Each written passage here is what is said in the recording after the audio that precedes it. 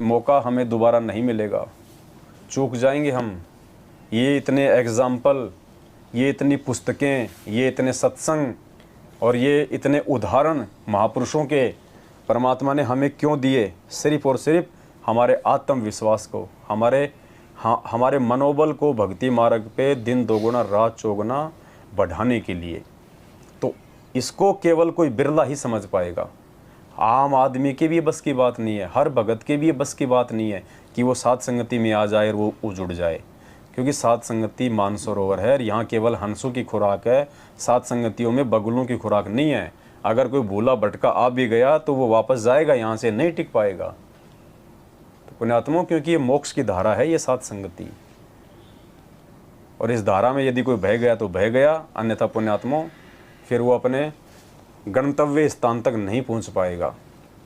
और इसीलिए परमात्मा कहते हैं सत्संग मोक्ष की धारा, कोई समझ राम का प्यारा है। सत्संग मोक्ष की धारा, कोई समझ राम का प्यारा है। सत्संग मोक्ष की धारा, कोई समझ राम का प्यारा। सत्संग समझी मीराबाई, करी सतनाम की कमाई। सत्संग समझी मीराबाई, करी सतनाम की कमाई। गुरु रविदास की शरणा आई, तब पाया मोक्ष द्वारा है। सत्संग मोक्ष की धारा,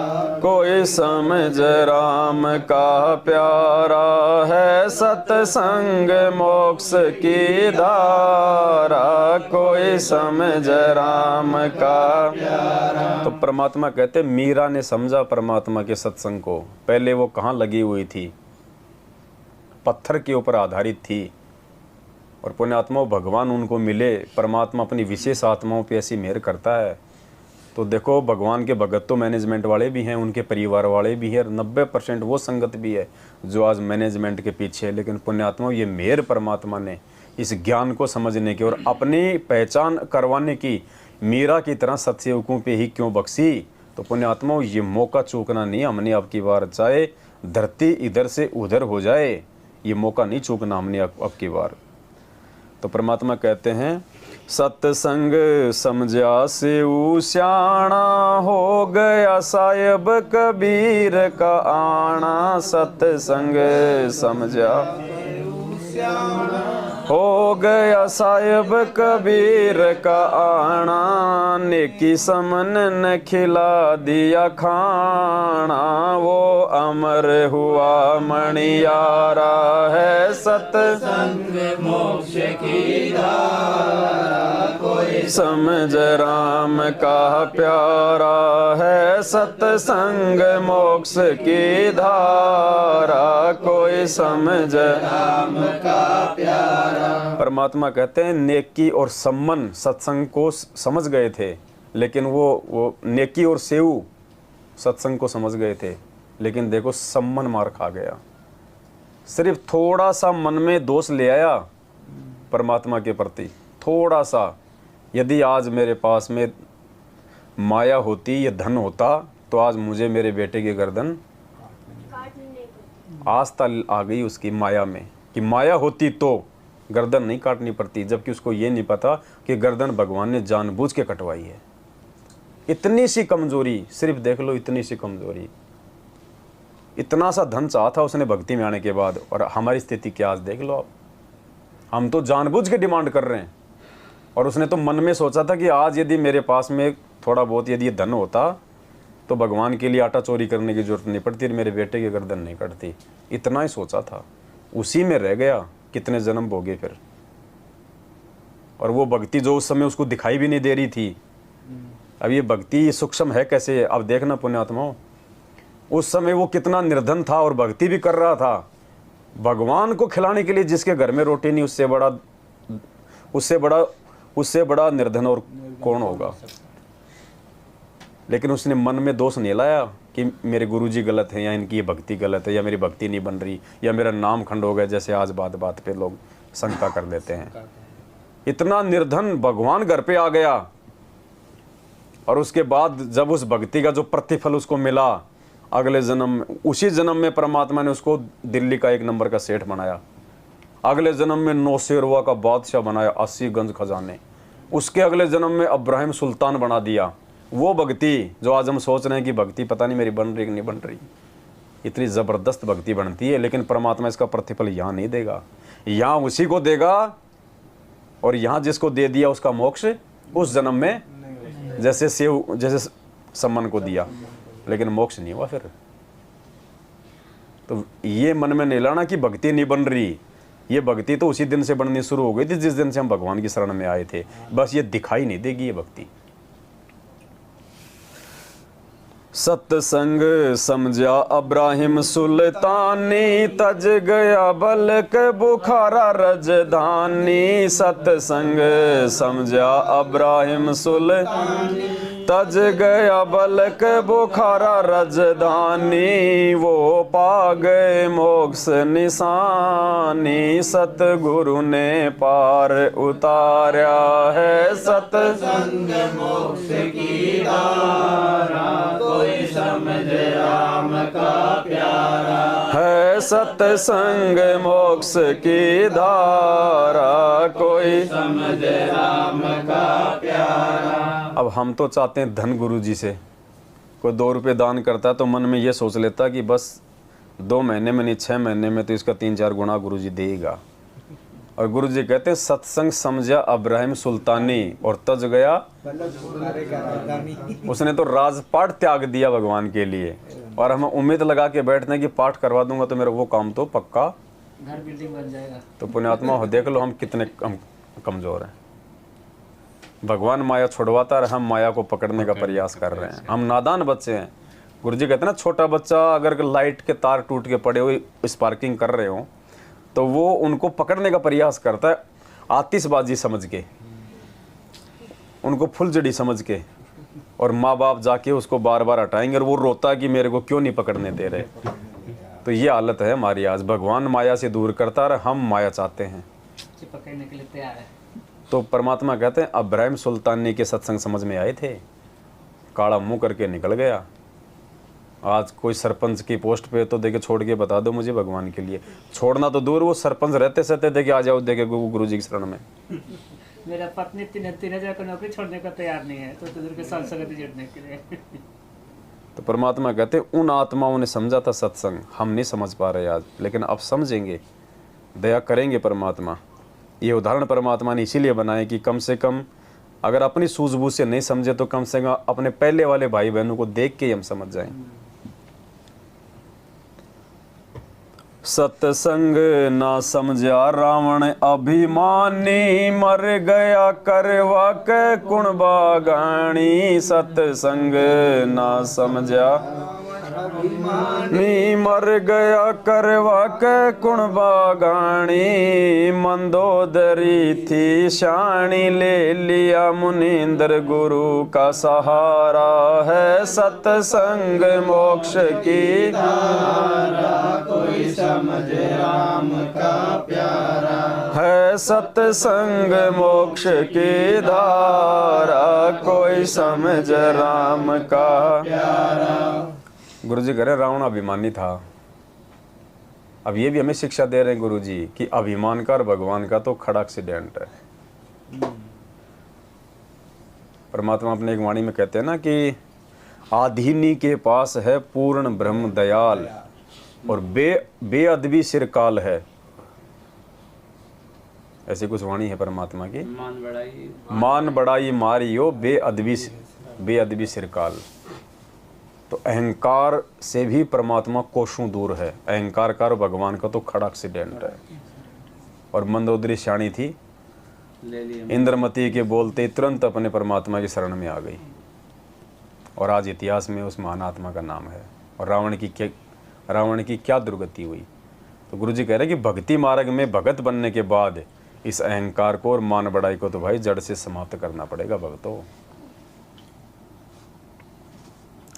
आगे परमात्मा कहते हैं, सत्संग ना समझा कंस करोधी, बिन सत्संग बुद्धि हो जा बोधी। सत्संग ना कंस करोधी, बिन सत्संग बुद्धि हो जा बोधी। ना जगह छुपन न छोड़ी, जब आखिर सन ने मारया है। सत्संग दारा कोई समझ राम का प्यारा है। सत्संग मोक्ष की धारा कोई समझ राम का प्यारा। सत्संग न समझा हिरणाकुश अन्यायी, राम के जन से राड़ लगाई। सत्संग न समझा हिरणा राम के जन से राड़ लगाई। बिन सत्संग छाती तुड़वाई, हरि ने धर्या रूप जगत से न्यारा है। सत्संग मोक्ष की धारा कोई समझ राम का प्यारा है। सत्संग मोक्ष की धारा कोई समझ राम का प्यारा। परमात्मा कहते हैं, सत्संग ना समझा हिरणाकुश अन्यायी, राम के जन से राड़ लगाई। प्रहलाद भगत परमात्मा का भगत था, उसका जन था, और हिरणाकुश ने उसके साथ में बदतमीजी की और उसका बक्कल उतरा। तो परमात्मा शिक्षा दे रहे हैं यहाँ पे, राम के जन यानी सतगुरु के भगत के साथ अगर वो खेचादानी करेगा, ऐसी दुर्गति होगी उसकी। जगत वाला करे या चाहे उसके भगत करे। एक सत्संग में गुरुजी कहते हैं ना, उसकी दुर्वासा की और राजा अम्बरीश की कथा। फिर गुरुजी ने उस सत्संग में बताया कि आप मान लो 2 भगत हैं, और एक भगत आपको कुछ भी नहीं कहता है और दूसरा बेवजह उसको परेशान करता है। तो गुरुजी कहते हैं, उस भगत की तो परमात्मा रक्षा करेगा, और जो बेवजह दुखी कर रहा है भगत होके भी अपने भगत भाई को, उसका परमात्मा बक्कल उतारेगा। तो हमें तो इस बात का डर है कि ये मैनेजमेंट का होगा क्या आगे। इन्होंने जो कुबद इन्होंने सत्सेवकों के साथ में जो कमाई है, आने वाले समय में क्या होगा इनका, और हो रहा है इनका वर्तमान में। सत्संग समझा नानक देव कीनी, गुरु चरणों की सेव। सत्संग समझा नानक कीनी, गुरु चरणों की सेव। तार दिया लोक लाज का लेव, किया साहिब कबीर गुरु प्यारा। सत्संग मोक्ष की धारा कोई समझ राम का प्यारा है। सत्संग मोक्ष की धारा कोई समझ राम का प्यारा। अब देखो पुण्यात्मा, ये लोक लाज, बहुत सारे भगत तो लोक लाज में ही रह जाते हैं। कोई रिश्तेदारों की लोक लाज में आ जाता है, कोई भाई बंधुओं की लोक लाज में आ जाता है, कोई अड़ोसी पड़ोसियों की लोक लाज में आ जाता है, कोई रिश्तेदारों की लोक लाज में आ जाता है। लोक लाज यानी शर्मा शर्मी, कि क्या कहेंगे यार रिश्तेदार कि यार तेरा गुरु तो जेल में बैठा और तू कहाँ का भगत बन रहा है यार, बेइज्जती करेंगे। अरे भगवान से बढ़ के तेरी इज्जत है क्या? इसलिए परमात्मा कहते हैं, लोक लाज मर्याद जगत की, तिनके जूं तोड़ बगावे, जब कोई राम भगत है। तो पुण्यात्मा, कोई लोक लाज नहीं है, हमारी कोई इज्जत नहीं है। भगत की ना कोई इज्जत होती है, ना कोई बेइज्जती होती है। जब और इस गंदे लोक में जब भगवान की कोई इज्जत नहीं हो रही और हम इज्जत के ठेकेदार बने, तो अगले जन्म में सीधे गधे की होनी मिलेगी ऐसे इज्जतदारों को। करवा ले भाई इज्जत। हाँ, अब करवा ली इज्जत अपनी सुबह से शाम तक। ऐसे ही होता है। सत्संग समझा ज्ञानी मोर ध्वज, संग में लड़का तामर ध्वज। सत्संग समझा ज्ञानी मोर संग में लड़का तामर ध्वज। रानी ने पूरा किया फर्ज, धरा बेटे के सिर पर आ रहा है। सत्संग मोक्ष की धारा कोई समझ राम का प्यारा है, सत्संग मोक्ष की धारा कोई समझ राम का प्यारा। अब कितनी गहरी शिक्षा दी है परमात्मा ने। देखो हमने पुण्यात्माओं खुद इन वाणियों के सार को निकालना पड़ेगा, इन कथाओं के सार को खुद ही निकालना पड़ेगा। आज हम छोटी छोटी बातों पे इतनी ज़्यादा मोह ममता व्यर्थ की कर बैठते हैं। परमात्मा ने बताया कि अर्जुन का वहम तोड़ने के लिए, जैसे कमाल को वहम हो गया था ना, जब परमात्मा सेव सम्मन के वहाँ पे आने लगे तो परमेश्वर ने कहा कि भाई मैं 2-4 दिन अपने भक्तों के घर पे जा रहा हूँ। तो कमाल ने झट से कहा कि गुरुजी मेरे बिना सेवा कौन करेगा आपकी, मेरे से बड़ा कोई सेवक है आपका। तो परमात्मा ने कहा कि बेटा चल। परमात्मा तो उसी का अहंकार तोड़ना चाहते थे। रास्ते में शेख फरीद मिल गया, प्रार्थना की तो बोले बेटा चल तू भी चल।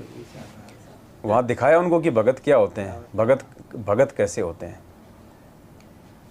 फिर परमात्मा ने बताया कि अर्जुन को भी ये घमंड हो गया था कि मेरे से बड़ा आपका कोई भगत नहीं है। तो श्री कृष्ण जी ने उसको लिया साथ में और उसका अहंकार तोड़ने के लिए मोरध्वज के घर पे गया और साधु वेश में गए और कहा कि भाई हमारा शेर आज जिसका भी मांस खा लेगा सीधा स्वर्ग में जाएगा।